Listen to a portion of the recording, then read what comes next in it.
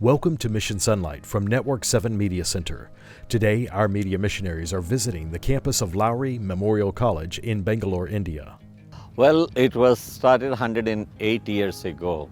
A foreigner, Elder Lowry, came to this campus. His wife and all, they started this campus. And since then, it was a school. And in 1998, it is upgraded into a college. Started with the degree college and then nursing college. From its humble beginning, Lowry College has grown into a thriving, bustling educational campus. So we got 4 institutions on this campus. We have a degree college, then we are having the nursing college, Adventist College of Nursing, with BSc intake 60 and MSc intake 20 seats. And then we have 2 high schools. Lowry is a boarding school that ministers to students from all walks of life and faith traditions. We have students from various backgrounds, and then as of today, we have almost close to 2,200 students. 2,200 students, and in this 2,200 students, almost 75% of them are Hindus. And we introduce Jesus Christ, as our master teacher, and then children are really happy. As nursing students, we mostly have our postings half of the year and our classes, the theory classes, other half of the year. So we get exposed to both the areas, that is the clinical setup and the classes, so we don't get left behind anywhere. All students are required to attend worship and church services. They do encourage us to go to church. Every Sabbath we go to church, and they encourage us in participating in new activities. We have choir programs here, we have our Pathfinder programs here, also we have Sabbath schools that are being split up according to our classes. For students who attend Lowry College, the spiritual training makes an impact. An active campus ministry program engages the students and draws them in to learn more themselves. We have a youth church pastor who is mainly designated to see that he follows up with these young people. And every Sabbath afternoon we have baptismal classes, and we also have special classes for those who would like to learn about Jesus and things from the Bible. So that's how most of our staff are also involved in these activities during Sabbath afternoons. My family belongs to another religion which is majority in India, which is Hinduism.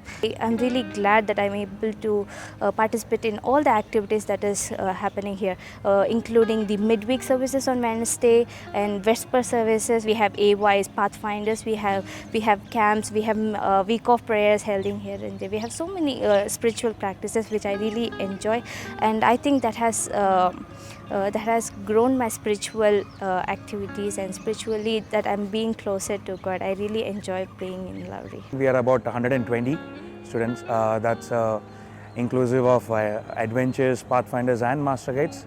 And the youth department, the AY, we have a separate group, about 120 people more. So we're about 250 to 300 youth for our church. So every Saturday in the afternoon, we meet up for a Bible study. Whoever wants to learn more about Bible, we give a Bible study. The youth pastor takes care of the Bible study, and in the evening we have 2 separate groups who are part of the Pathfinder Club and who also are part of the youth department. Although there are many campus activities, the church also works in other communities. We have a lot of activities within the church. One is we do outreach program after the church activities. So our church is planting another church community in a remote area where we could bring in more souls to the foot of the cross. A major challenge that the college faces is the lack of a dedicated building for the English-speaking population. Hence, this is the focus of one of the 13 Sabbath offering projects this quarter. I have been in this campus ever since I was a child. My parents worked here in this organization, this institute, and they are retired now. I think the old auditorium of the church that we are using is about 58 to 60 years old building. We are having a continued church services there. I see a lot of people sitting outside the church because there's no place inside. There are 4 other churches. Ours is only English church, and many come to worship with us. Those churches are full, our churches are full. They have built new churches, we haven't built a new church. So we're just looking forward to see a new church where we could accommodate everybody to worship in it. Although the auditorium continues to be used, there simply isn't any room for more people. As we look at the campus, it's a very big campus, but there are other language churches who are having specific place for them to worship.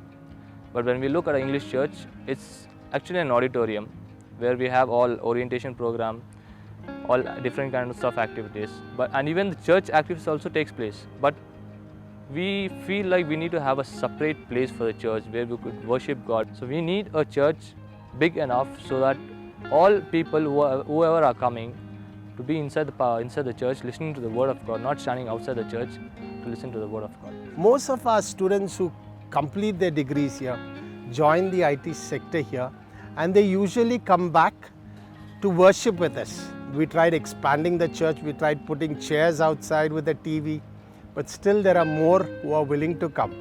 And some of them, due to lack of place, would watch online, which we feel bad. A simple expansion isn't possible since all possible options for this have already been used. The auditorium, which was built in 1965, and it is extended in almost all directions, and no more places onto the left or the right or the front to expand. I really think it is important to have a new church because I have seen my church members, co-church members, sitting outside the church because there's no space to sit inside the church. I think everybody should be blessed to sit inside the church.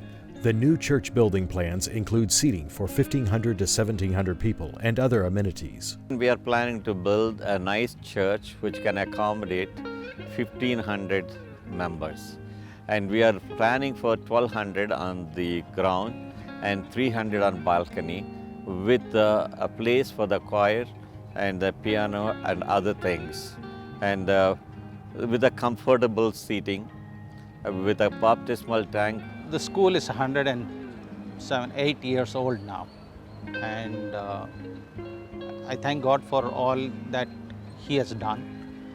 For this institution, I thank God for all His blessings, the wisdom and the leading and the guidance that He has done so far. And I wish this dream comes true of us building a new church, and the dream of this organization, this institution, looking forward to reach out to other communities and so on. Often we take having a church building for granted, but for some of our brothers and sisters around the world, it is a luxury. On Sabbath, March 30, your 13th Sabbath offering will help students like Purnima and Indira have a seat within the sanctuary. Thank you so much for the support that you are giving us to have a new church. I really thank sponsors who are helping us so that we could have a good environment to stay in, and we are really thankful for that, and we are so blessed to be here because it helps us to grow spiritually. Thank you so much for the offerings that you would be giving us. We are really grateful for that. It gives me an immense pleasure to thank you and appreciate you all for donating liberally to have a beautiful church on this campus that will be a good center of influence, and through the church many will be drawn to the foot of the cross and they will be found in the kingdom of heaven. Reporting from the campus of Lowry College in the Southern Asia Division, this is Mission Sonlight.